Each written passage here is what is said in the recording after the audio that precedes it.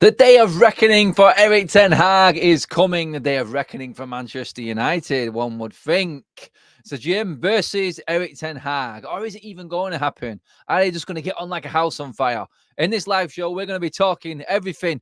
So Jim's demands and Erik Ten Hag and his ways. And can the two mix together? This is the United Vibe. Welcome to the Sunday show, everyone. I'm Adam. I have got guests coming on as well today to discuss everything. We're going to have a look through the whole first third of the season as well and get your judgment and your ratings.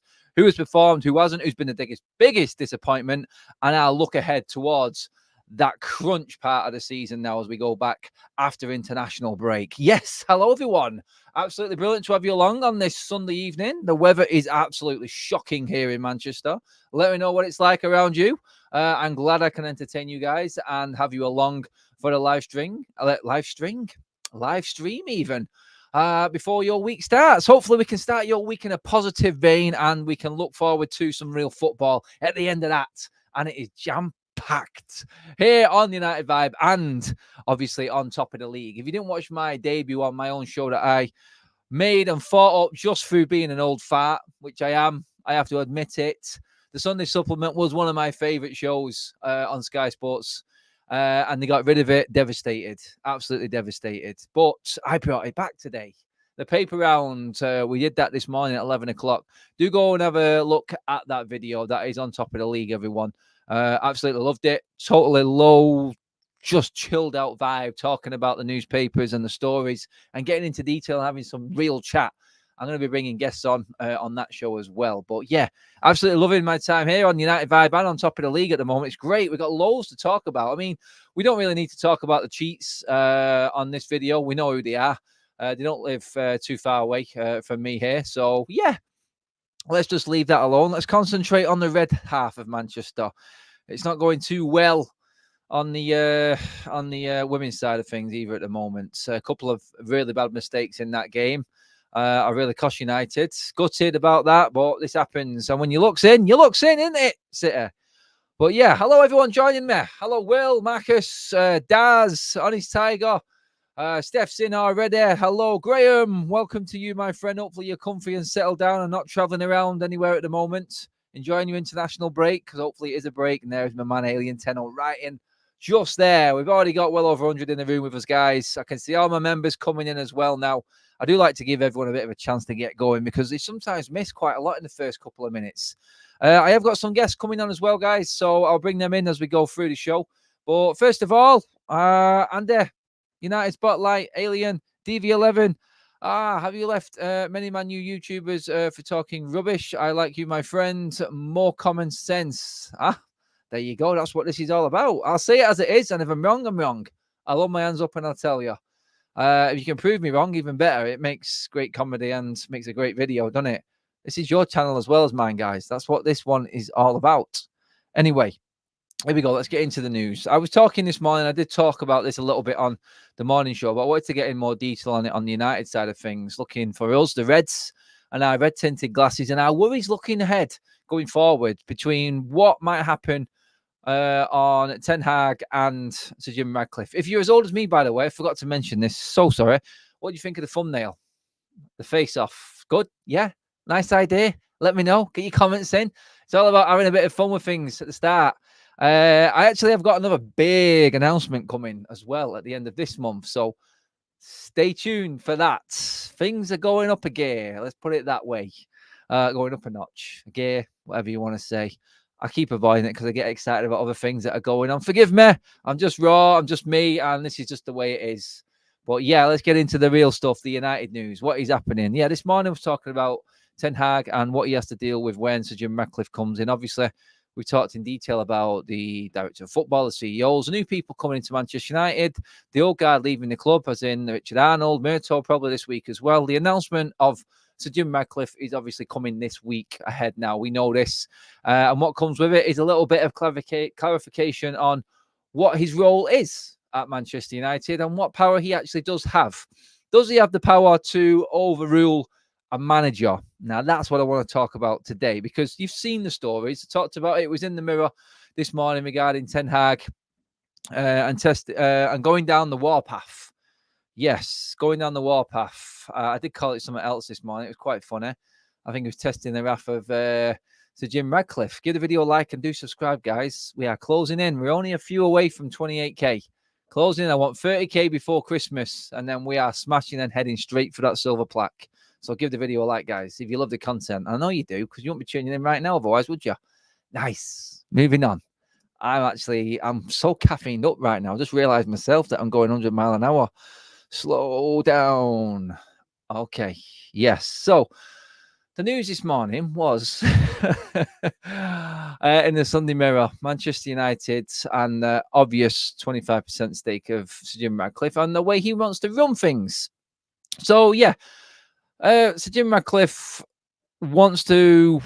We talked about Casemiro and not being happy with transfers and dealings with Manchester United, Murto being upset with that and everything because of Sir Jim Radcliffe's opinion on that. Why are we spending so much money on a guy who's going to be 30 the year after? I understand all of that. But the problem at United at the moment, as we all know, is Jadon Sancho and Eric Ten Hag. Eric Ten Hag's firm hand, essentially, is the problem for quite a few of these players. So the leaks are saying anyway. But we know the sort of look on how he wants everything to run in terms of the transfer dealings. He likes signings for the future. He doesn't just like signings that are for the quick fix, the here and now. And that's what Manchester United have been doing for years, I've seen a great piece on ESPN before with Mark Ogden. I know Mark quite well. I will hopefully get Mark on the show as well at some point as well to talk to us. But he was talking about a story about how United had everything lined up to sign Erling Haaland with Ole Gunnar Solskjaer at the helm. And the only reason Manchester United didn't sign him was because they wouldn't accept a clause in the contract. And then we went from that a few days later to signing Igalo. And that's been Manchester United. And I say that, I only bring that up now because Sir Jim Ratcliffe isn't a quick fix man. He will buy someone like Haaland with a future-proofing, basically. You've got a sell-on factor. He's got time in his career to develop as well and get better under right coaching. If you're bringing in, and I can understand Sir Jim's look on this, and this is just hearsay. I'm not saying Sir Jim has definitely said this, obviously, but going off how things are, and you've all seen the news and the articles about the previous manager at Nice who praised Sir Jim Ratcliffe and how he's run the club, and they're on a steady trajectory upwards under his leadership.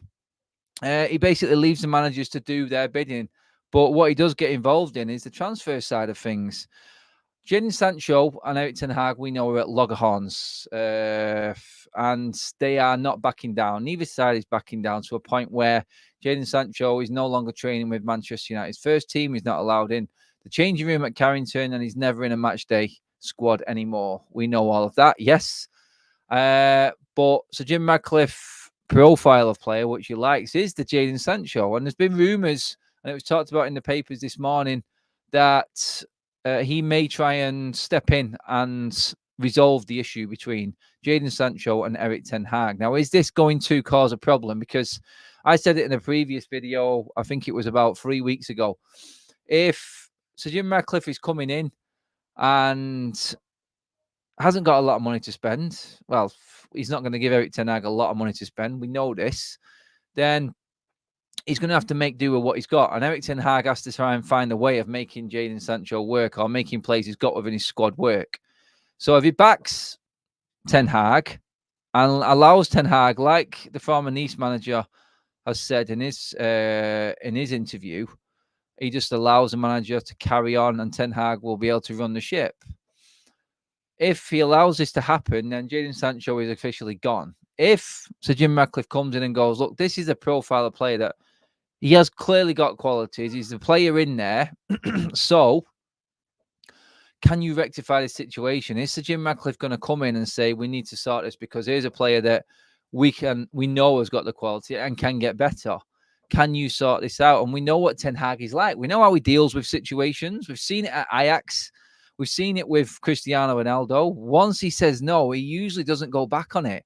And that's what everyone about Ten Hag and anyone who's dealt with him, when we've listened to interviews and people talking about how he's been in his managerial career, they've all said the same thing. It's in or out. There's nothing in between. Done and dusted. That's it. Nice cut, by the way. Yeah, you like it? Good. And I feel like that could be a problem for Manchester United going forward. We don't want a fresh start under Sir Jim Radcliffe starting off on the wrong foot with Eric Ten Hag. Is he going to leave him alone? Do you feel like Jadon Sancho is salvageable? Could this ultimately cause a problem? Because if he goes the other way, and this is where it goes into the unknown as such, because we don't know how Ten Hag is going to react to a owner or part owner of the football club coming through and telling me he has to make Sancho work. Does Ten Hag then give up? And is that the end of Ten Hag? Sounds a bit far-fetched and sounds a bit crazy right now, but there is an element of reality in that. So for me, I look at it, it's a concern, and I just feel like if he does try and do too much, we may have a problem down the line. I'm going to get some of your thoughts on this now. God, I hope no one has looked at the signings at Nice. It's a fair point. It's a fair point, Scott. And that man has given out about Casemiro. He has had some blunders. That wasn't necessarily Sir Jim Radcliffe, and that was his first foray into owning a football club, should we say. So I think in terms of that, Sir David Brailsford has a lot to do with that as well. So yeah, let's give him a chance. He's learned already at a lower level. Maybe he can step it up at United, but it's a fair point, Scott. I'm not ignoring that point at all. It is a fair point because he has signed some duds. What was it? Ramsey, Schmeichel. There's been a couple of others as well, well-known players. So yes, it's cheaper to sack Eric Ten Hag, take the loss on Jadon Sancho, says Dylan. That would be the old regime, wouldn't it? So Jim won't bring in 350 grand forward if true. What changed? What financial fair play, says Daniel. Yes. Can't we do a sneaky one or others? I don't know what that is. I'm just reading out your comments right now. We don't want the wrong start with Sir Jim. Big ups to you, Mr. Adam, watching you live from Ghana. Yes, Yazuzi. I think that's how you say that. Hopefully I'm right, Mohammed.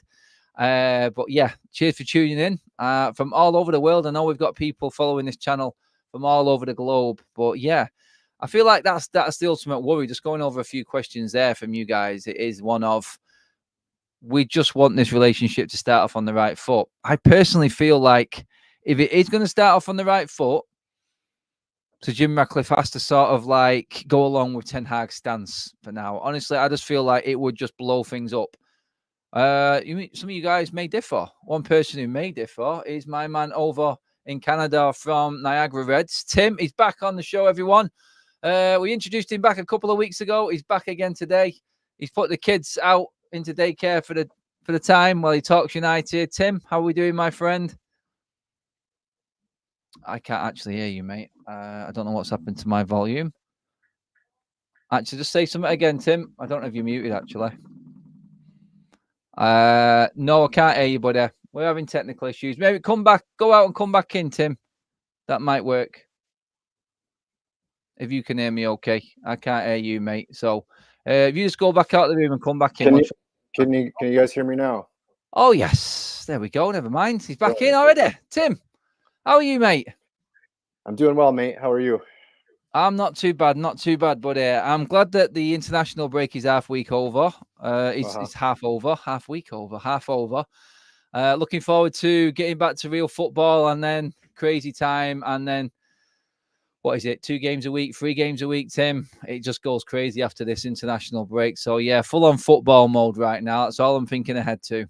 That's it, mate. Yeah, me too. I'm not a big fan of the international break. I think like most people, you see some of the results, like France beating Gibraltar 14-0, and you just think, what do we watch? What is this? Yeah, mate. You can also look the other way and say England beating Malta 2-0. Yeah. Christ. But from what I've just been talking about there, Tim, we'll get straight into it and get your opinion on this. For it to work with Sir Jim Radcliffe, do you feel like he has to set a tone and call out his rules, or is there got to be a bit of leeway with how Ten Hag is working things? And do you actually feel like there is anything salvageable with the Jadon Sancho situation? Well, I think to the first point with Sir Jim and yeah, in the shed, mate, indeed. With the first one with Sir Jim and Ten Hag, I think that there's probably going to be a bit of a feeling out process for both of them when Sir Jim comes in, especially with the reports that Sir Jim's going to be taking over the footballing side of things. So I don't think Sir Jim doesn't strike me like the type of man who's going to come in and make a rash decision. I think he's probably going to come in and feel out and see what the manager's like. If he's going to bring in his own football people and have his football people sort out what the manager's like, what he's trying to do, what types of players he has to work with there, what types of players he needs. And then I think after that process is done, then I think you go down the road of now, if he has what he needs and we're still not getting results, then we look at a major manager change. I think it's normal when something like this happens that ultimately Sir Jim and his team are going to want their own manager at some point, or at least that's on the table. When someone comes in at this level and takes over, I feel like the leash is a little bit shorter for the existing manager, just because it's not Sir Jim's choice, it's not his team's choice. So I think for me that's sort of how I see it playing out. In terms of the Jadon Sancho one, it's looking more and more likely that he's going to go. It's looking more and more likely, without knowing the specific details of what took place, that it isn't salvageable. I'm not sure if I was watching Roy Keane talk about it, and he ultimately said at some point Sancho just has to say apologize, say I'm sorry, and move forward. Whether he agrees with apologizing or not, and whether he agrees with whether he's right or wrong, if he wants a future at this club, then he's going to have to, the manager's word is the final word, and he's going to have to, Sancho's going to have to lay in a sword and just apologize and move on with it if he wants a future. Yeah, that is it. We have our next guest coming on as well right now. Someone you will remember from last week. Hopefully we haven't got an echo this week, because the browser that this man is using has got an issue with this software for some reason. So we'll get around it. We'll work on it somehow. But you know what I'm talking about. You seen him last week. He's back on to give his opinion. I'm going to go right in on my man Jay and just say, will Erik Ten Hag be given the ultimatum about keeping Jadon Sancho? And if you was in Ten Hag's shoes, Jay, and that happened to you, what would you say? Okay, I've actually come across a situation already in my professional life whereby I got in a CV from an individual, and after I did a reference check on the person in question, let's just say the references weren't very complimentary, and I rejected the person. And then about a week later, I got a phone call from, let's just say, another person, organization, asking me to hire this individual. And I basically said, it's very simple.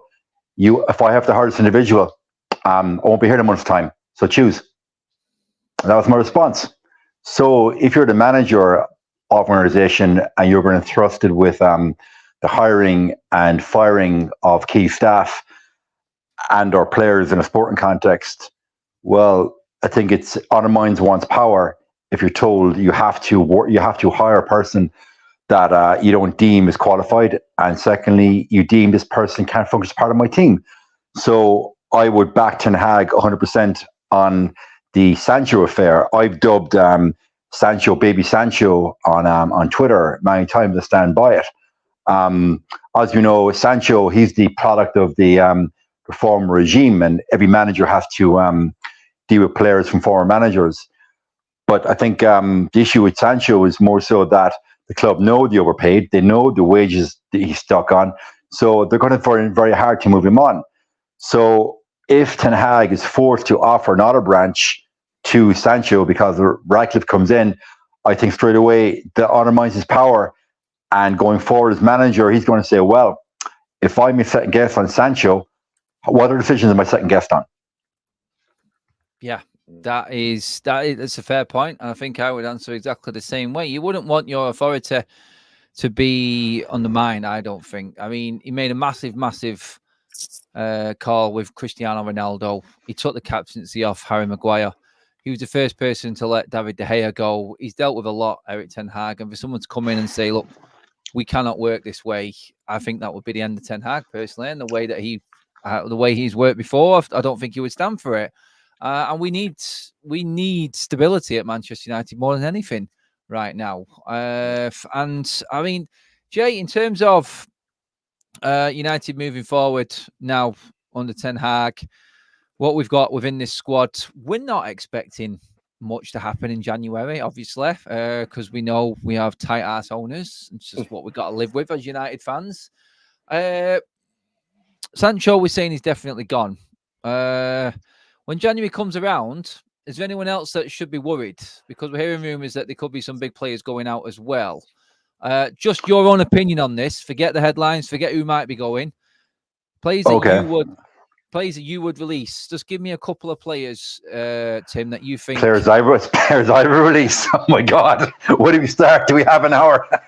Yeah, that's it. Sorry, I'll go with you first. I'll go with you first, Tim, on this one. I'll see what you think first, then I'll bring Jay on the same thing because I think Jay's list is too long. Jay's is probably more on the line of who is he actually keeping, but we'll try and keep it to. Let's just try and give our own verdicts and our own reality and sort of try and keep it real in terms of who we think is offloadable in January. For you, Tim, who's on that list? Well, I mean, if you're assuming that we're going to be fully fit and that we're not going to need, bodies like you just touched on with all the fixtures that are coming up, I'm sort of with Jay. I mean, the list is so long.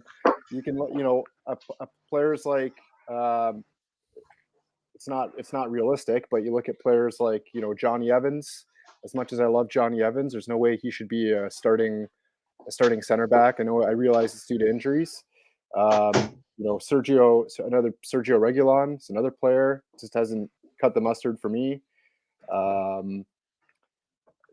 mean, obviously Anthony Martial would be a player for me. I mean, go out and get us a proper number 9. The guy scored 95 goals in 9 years, I think it is. So he would be top of my list. Yeah, I mean, Mason Mount, obviously he's not going anywhere, but he hasn't cut the mustard either since he's come in. I'm not sure exactly what the manager's plans are with him because every time he seems to play him, there's no end product. Yeah, I mean, just keep going down the list. It's just been, and it's strictly based, it's nothing personal against these players. It's just based strictly on performances and, where they fit and what they've done. It's just not good enough. And in particular, in the case of Martial, I mean, obviously he's the obvious one, but he's been there for so long.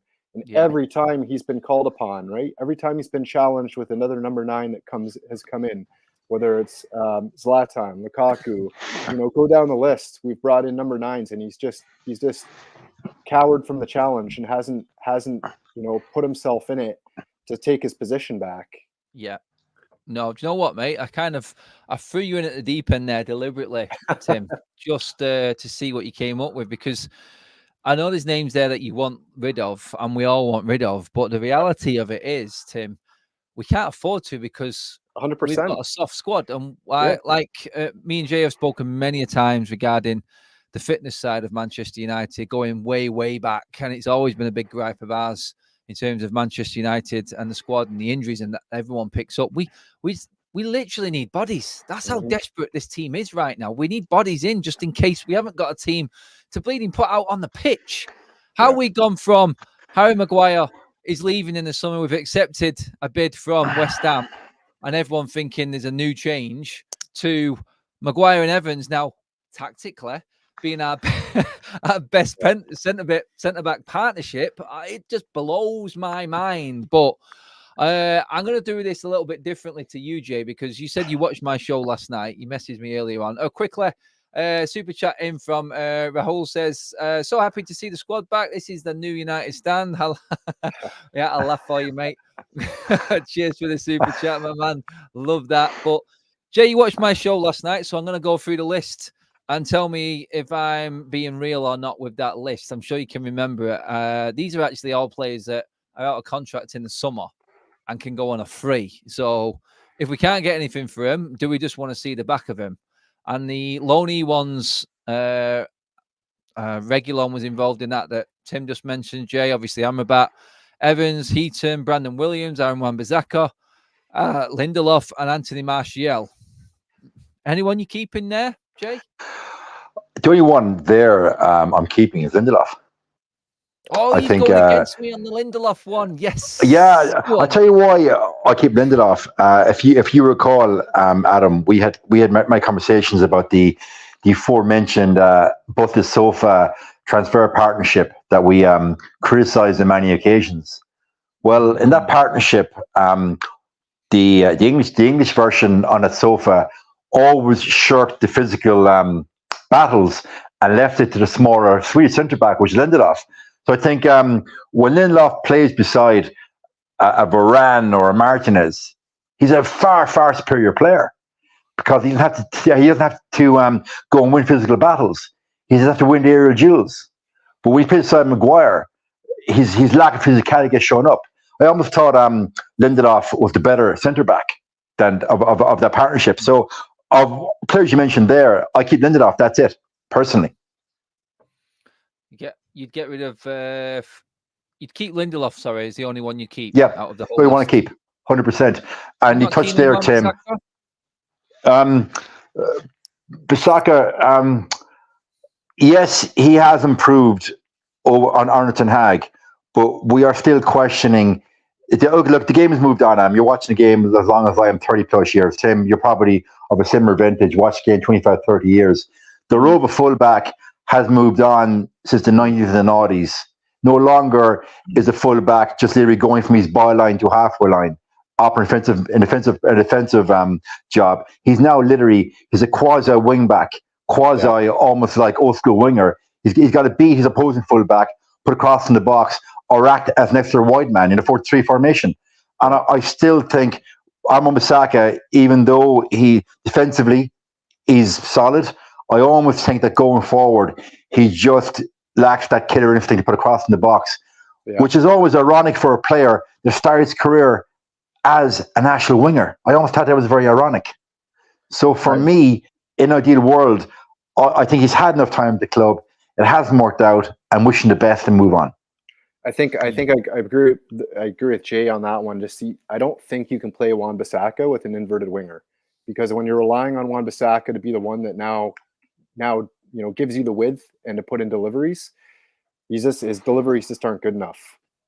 And we've seen that time and time again, because Anthony just wants to cut in as an inverted winger on that left foot. He can't. Wan-Bissaka doesn't have the ability to deliver a quality ball into the box. Yeah. Deliveries.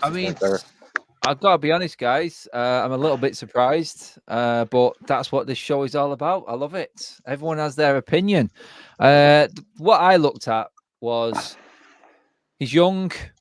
He has improved under Ten Hag. Yes, he has. I understand the criticism of his forward game. I do. And yeah, Jay, 100% right. How he started off as a winger is beyond me, really. He actually does. He has got quick feet at times as well, Wan-Bissaka. I mean, that moment against Manchester City last season, actually, just that glimpse when he had the ball in the corner on the right wing, and he was sending City players one way and the other. But right now, I'm looking at actually trying to keep a clean sheet for once and not getting battered. And I just feel like he is a great one-on-one defender.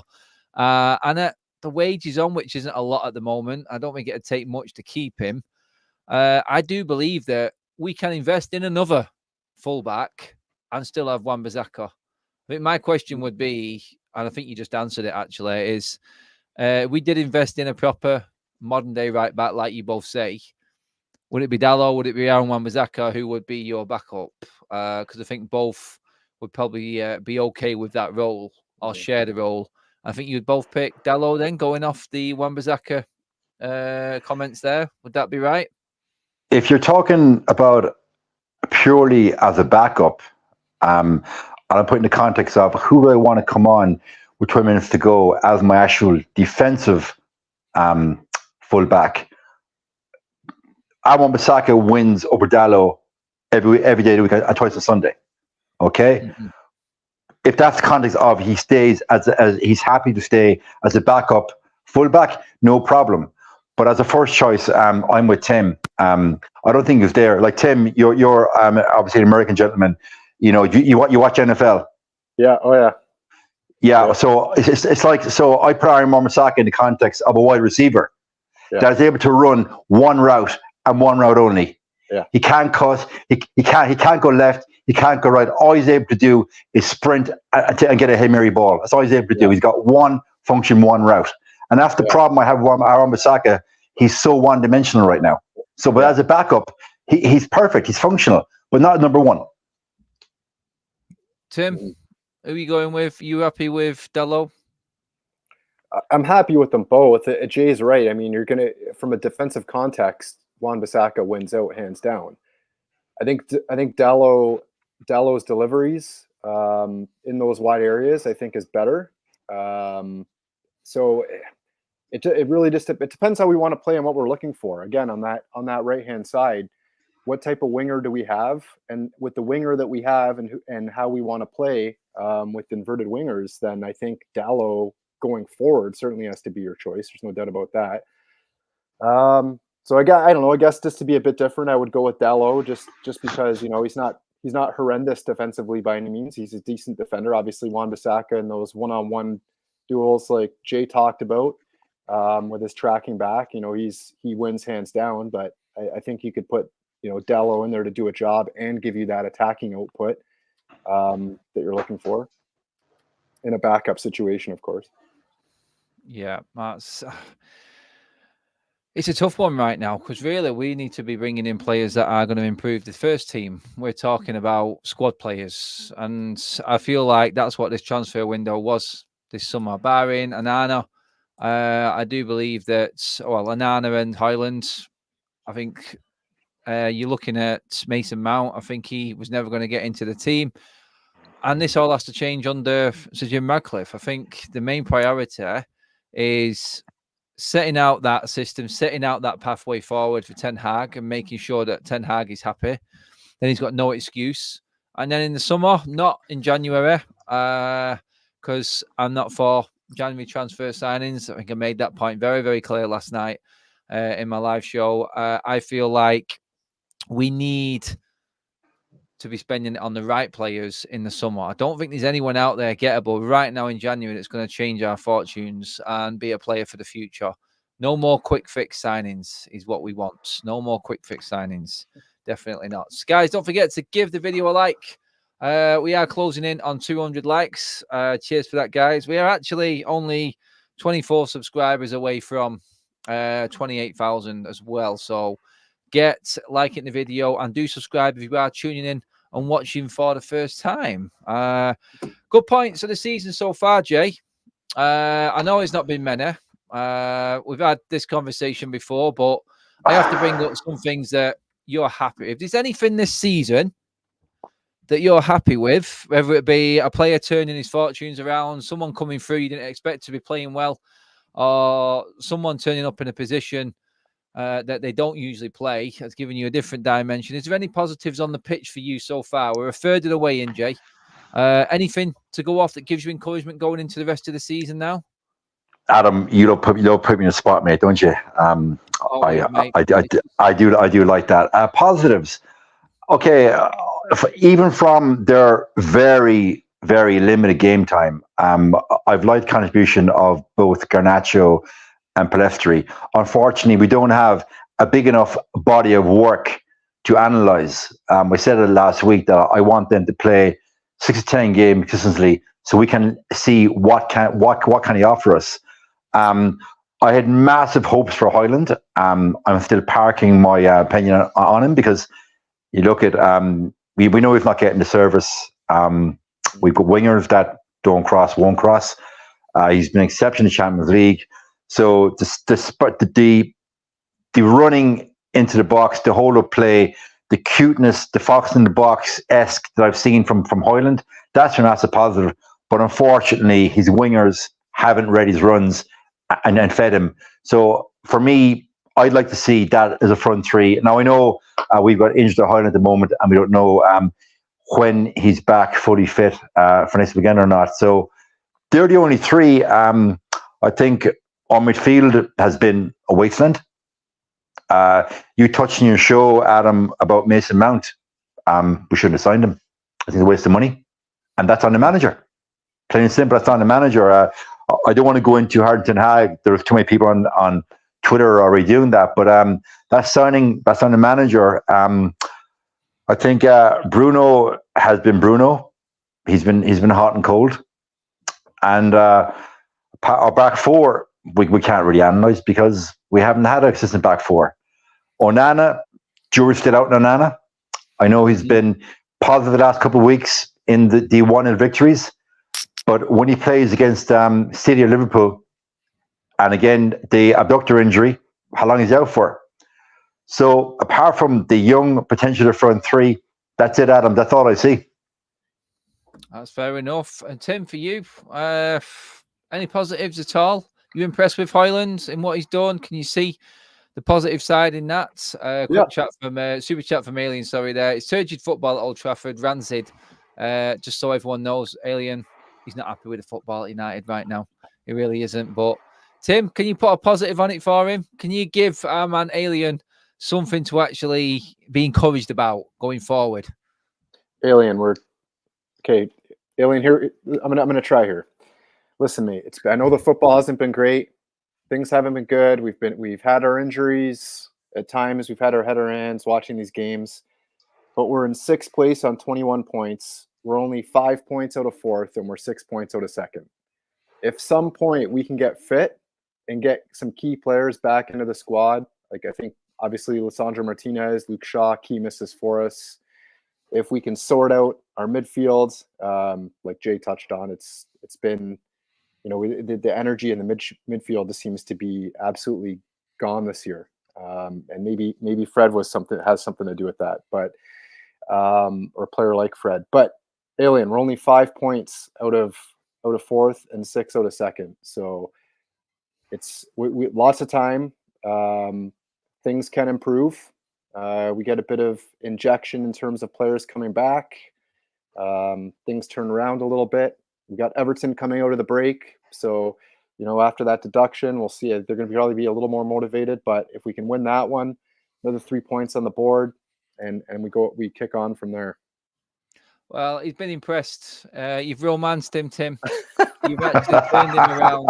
Give your flowers. Here's your flowers. He's a happy man again. He's a happy man. You know what? He's just cracked open another can of Stella right now in celebration from your breakdown of our season so far, Tim. It's been it was absolutely it was moving. Let's just say that. But crazy to think that we had a good season. Everyone said last season we had a good season. Yeah. We're actually only 2 points worse off at this stage than we was last season. That blew my mind. Like that one. That was like crazy. Super chat in from RSV says, when Erik Ten Hag first joined Ajax, he didn't take any advice from Mark Overmars, the sporting director at the time. His first signings were all flops, but Haller. Well, hopefully, that carries on, and he has a few flops, but he ends up turning it around in time. Time, I feel like that's my only problem and my only worry with Ten Hag right now. I feel like he needs the time. I don't know if he'll get it, because Manchester United only work, Jay, if results on the pitch are going right. It's a club that needs success. It's a club that's always had success, and the expectation is success. So if we are to operate right, the money's going to be right, the running of Manchester United is right, it counts for nothing how good we are off the pitch. Ultimately, we're in this position because of our success on it, Jay. And I feel like Ten Hag does need to find a formula by the end of the season. I can't see him going before the end of the season, personally. I don't know what you think, Jay, but I think he needs to find some sort of formula before the end of the season, because next season, I think that will be D-Day for him. I think fans will expect to see a lot more. Some even thought we're going to see that swashbuckling Ajax football this season. Yeah, so just to unwrap that, I think it will be a travesty if he was sacked between now and May. I think that would be a travesty. He deserves to get to May at the very, very least. But it's the old cliche, it is a results business. When our old mucker, David Moyes, when he pressed self-destruct in was it 2014 in March, April time when Geesey came in? He self-destruct. He was got rid of, and he was the chosen one by Sir Alex Ferguson. You say there about success being based on results in the pitch. Well, cast your mind back, Tim and Adam. We had a CEO in Ed Woodward that said success to the club was not predicated on results to the pitch. The fan base can love or loathe the 25% with Sir Jim, but for Sir Jim and Brailsford and whoever he comes in as the CEO and or sport director, results on the pitch are the only currency that those gentlemen will deal with. Someone of the gravitas of Brailsford, who turned around the British Olympic cycling team from 2004 until the London Olympics, who saw Britain have its first Tour de France winner, Bradley Wiggins, won it with Geraint Thomas. Brailsford used to winning in sport. So he's not coming in here to just be a figure. He's coming to make change, and make change that's manifested on results in the pitch. And if Ten Hag is not an agent of his change and open to change, well, these gentlemen, love them or loathe them, and I say that, come next May, we'll find a manager that will. I think that's the bigger picture here. That is, that is a bigger picture. I mean, Tim, quickly to answer Kaz's, there will be a watch along for the Everton game. It'll be a joint watch along with Craig on Top of the League, and then we'll be spinning across to my reaction straight on this channel as well, where you guys can get your input as well and comment on that game against Everton. So yeah, it will be a early evening live show for my match reaction on that game, but I will be doing a watch along joint with Craig, so do tune into that. I will try and hold my rants and my craziness, but you know what I'm like, I tend to lose the plot with United. Just can't help it. They bring out the worst in me. Going off what Jay said then, Tim, do you feel like the noises coming out at the moment regarding Sir Jim and what might be coming through in terms of personnel in certain key positions, Brailsford, Jean-Claude Blanc, Paul Mitchell, possibly, Dougie Freedman, and obviously Sir Jim Radcliffe himself.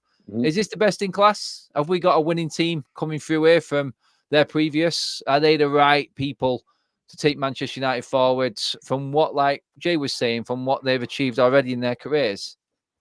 I think so. And I mean, the names that you're talking, I'm a big fan of Paul Mitchell's. I think we've talked about him on your show before, but whoever comes in, like Jay talked about, it needs to be the best in class. So you've got some big names there, but there needs to be that symmetry, like Jay just talked about, with all with the clubs around us. So when we talked about what's going on at Brighton last week and the symmetry that's with Brighton, with the owners down to the director of football, or the technical director is going to be in charge of, you know, putting things together in terms of player recruitment, how the manager wants to play, and going out and getting those players. That all has to work together. And it, you know, if it's not, then that's got to be, well, we know for sure right now it isn't. That's got to be Sir Jim's first manner of business is to come in and make sure that he gets that right. And it just goes back to what I was saying like earlier when I first came on was, you know, Ten Hag is going to have to buy into that. He's got someone coming in Jim Ratcliffe, who has a better football knowledge than the Glazers, certainly. And True. You know, it seems like the owners have let things happen below them without really caring in terms of the Glazers, and people have run wild at United over the last how many years since the Glazers have been there. But it seems like hopefully with Sir Jim coming in, that comes to an end, and the buck stops with Sir Jim in terms of the setup and who, you know, the structure and who's going to be reporting to who and how we're going to play. And, you know, that has to be first order of business is to clear out whoever doesn't want to be there. You know, Jim comes in and says, this is how it's going to be. This is who's in charge. Ten Hag, this is how we're going to play. You're on side with that. These are the, you know, you want this player. I don't think that if it's Paul Mitchell, the director, I don't think this player is right for the system that you want to play. Let's look at this player. And if the manager ultimately, in modern football, if the manager isn't comfortable with giving up that amount of control, then that's he has to go. Yeah. Jay? What do you think to like what Mark says there from that comment? Because a lot of people come on, and credit to Mark to actually come on and pose this question, because most people cowardly do it and comments after the show has finished. Yeah. That the Glazers are still in situ, Jay, and so Jim is just funding them. I can understand Mark's concerns there, but how do you answer it? How do you see that situation? Are you one that sees it as that he's just feeding the Glazers to stay there a bit longer, or do you feel like he is coming in, like you said, to change things? He's not coming in here throwing 1.4 billion at it for the Glazers just to take and pocket. So there's another comment there. I see it. Jim is just a puppet for the Glazers. So there's two ways of looking at it. Either so Jim is just a puppet for the Glazers, and he's there simply as a conduit to extend the Glazer ownership until ultimately there's a Super League and United can be sold for 10 billion quid. And he's there as a facilitator. And then his 1.25 billion then is worth 3 billion, and cash his chips in. So that's like option A, okay. And the cynic in me is saying, yeah, that's it.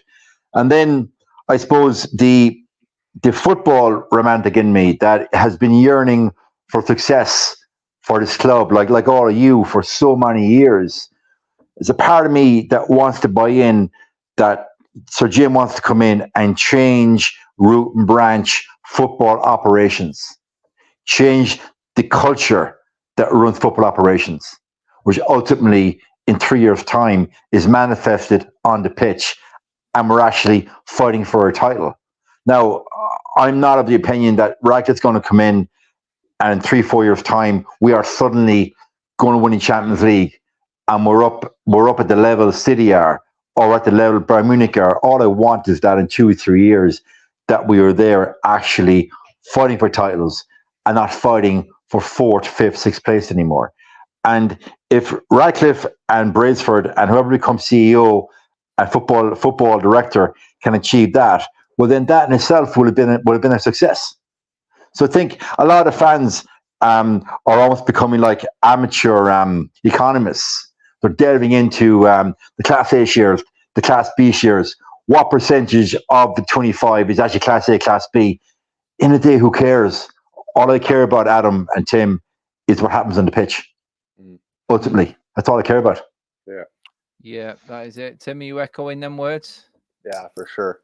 I think ultimately that's what we want to see is just progress, like Jay talked about. We just want to see progress, and I don't think anybody can say right now whether Sir Jim is a Glazer puppet or not, because we need to judge, and we can't judge what's taking place now. We need to judge this, like Jay said, in 2, 3, 4 years. Are we challenging for things? Have we improved? Has our business in the transfer market improved? Has our structure at the club improved? That's when we'll be able to give a fair assessment as to what's taking place. Yeah, 100%, 100%. We have passed over 200 likes on the video, everyone. Thank you very much for all your likes and your contribution. Last part of the show, I'm going to actually get into some awards for our loved Manchester United team. So here we go. Guys in the comment section, get along with this one as well. Tim, I'm going straight to you. Sorry, mate. I'm putting the pressure right on you right now. Third into the season, let's just do a mini award ceremony just because we can, because we're United fans. Player of the season so far for you. Good luck. Oh, oh God. Is there anyone? Player of the season? It could be for any reason. They've overcome some adversity. You know what? Okay, get ready. I'm going to get slaughtered in the comments for this, but go for it. That's what it's for. Go on, mate. I'm going to give it to Harry Maguire. Just the way he's come back and reacted and come back into the team. He's been thrust into a difficult position with getting the captaincy stripped, and he's come back into the team under difficult circumstances with the injuries, and he's done all right. He hasn't, he's steadied the ship for us a bit. So So I think I'll give it to Harry Maguire. And comments, go ahead and have at it. There's a few actually going in with you on that one. Actually, Alien going in. Rat won't do jack. Lubed up already. Again, Alien. He's gone back. We need some soothing Tim words for our man Alien again in the chat. But Harry Maguire. I mean, I can see why you're saying that. I do get it. It is quite comical after everything that's gone on. Mm-hmm. But you know what? He's not been the worst player, has he? I think we can safely say that. For you, Jay, player of the season so far. I'll give you a few more minutes there just to think about this one. I'm still trying to rusticate and ruminate on when Harry Maguire hasn't been our worst player of the season. It's like, Jesus Christ. It's like that moment when Will Smith is arguing at the Oscars, take my wife's name out of your mouth. I'm like, take Harry Maguire's name out of your mouth. I'm literally like, oh my God. Player of the season, yeah, I'm struggling. I'm actually, do you know what, right? And again, the comments are going to go mad here. I'm going to give it to Johnny Evans, right? I'm going to give it Johnny Evans. Okay. Right? Who should never have been sold in the first place. Right? So you going against, it was one of Evans' Smalling and Jones. Was the wrong one sold at the time? Yeah, I'm going to give it to Johnny. If you'll give it to Maguire, I'm going to give it to Evans. He's come back. He's come back. He's come back after being relegated with Leicester. Thought he was going to just play a few pre-season games, and I saw him play in Dublin actually, incidentally. And when he came on, he talked Harry Maguire through the game, and literally, it was like Harry Maguire was attached to his arm, and wherever Johnny went, Harry followed. So he let Harry Maguire around the pitch a little bit. So I'm going to go with Johnny Evans. And also, didn't he get that banger assist for Bruno back a couple weeks back? So I'm going to go with Johnny Evans, just to throw a bit of fire into the fan base there in the comments. That's it. I mean, everyone's there. It's like Stephanie made a good comment there. Adam, it's going to have to be multiple choice questions only, please. Well done, Steph. To pick one out. 8147 says Johnny Evans is Maguire's minder. I think everyone agree. Everyone is shite. I don't know how to pick. Says Anthony. I think we're all pretty much in that boat where it's like we're clutching at straws, but we're trying to sort of look at someone who possibly might have just done that little bit more. I mean, all we can say is, did anyone improve in this first third of the season? Were they any better than what they finished last season with? Because let's be honest, last season's finish was garbage as well. It was shocking. Do you know what? I was laughing at the start of the show talking about Johnny Evans and Maguire never in a million years being my centre-back partnership. And you two just picked him as the player of the season so far. So it's like, well, okay then. That's why we do guest shows, so we can bring in the different opinions. But yeah, each to their own. But honestly, yeah, do you know what? I'm pushed to try and get past any of them too, to be honest. That's it. Where do you go? Yeah, I mean, but hang on, gentlemen. We've forgotten a top scorer. We forgot Scott McSideways, a top scorer. We've forgotten him. Yeah. He's got me in the mix, lads. Yeah, Scottish Messi has to be up there. For sure. If you're going off full-on seasons so far, Scott McTominay for United and Scotland, he's definitely there, isn't he? He's in the mix. If we're bringing in Evans and Maguire, and Mr. Scott McTominay himself has to be in the mix. So who'd have thought it'd have been all Ole Gunnar Solskjaer players and a bleeding Sir Alex Ferguson player for the player of the season so far? Oh, God. Right, okay. Moving on to the easier one. Well, actually, no, this is probably even harder. Jay, you're coming first for this one. You've had enough time. Biggest disappointment of the season so far. Who did you think? Who are you looking forward to going into this season to watch? And has just completely blown you away, but for the wrong reasons?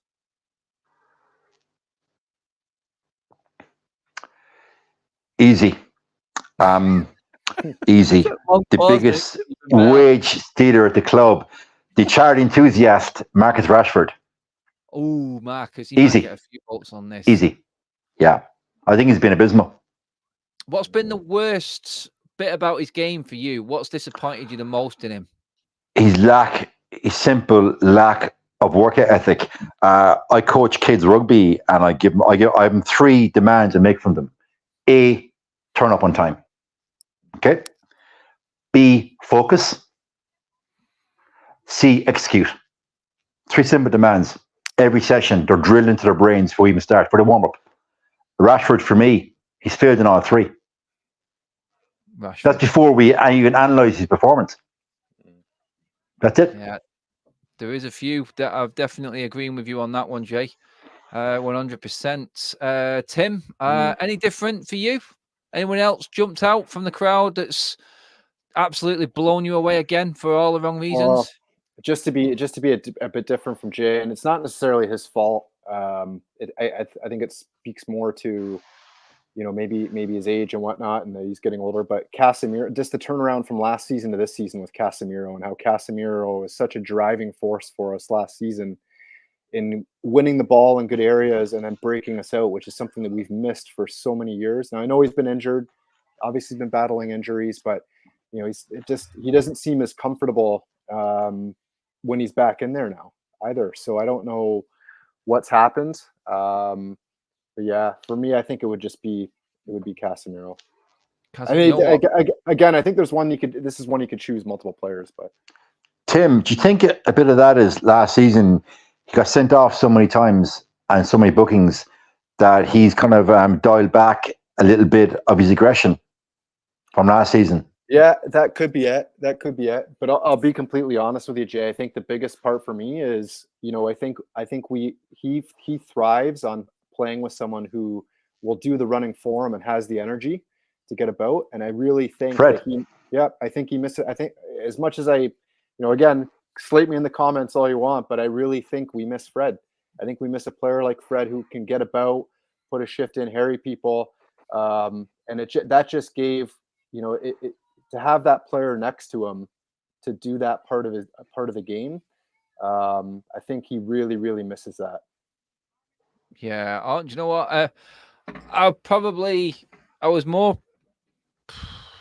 more surprised with the players of the season votes from you two rather than the disappointments. But honestly, I can see both arguments totally, and I can't really disagree with your reasoning for both of them picks either. And I think the comments are totally agreeing with everything that you're saying right now. And it just goes to show, doesn't it? It's like, do United fans actually get carried away with one season performances? Rashford and Casemiro last season were standouts for this football team.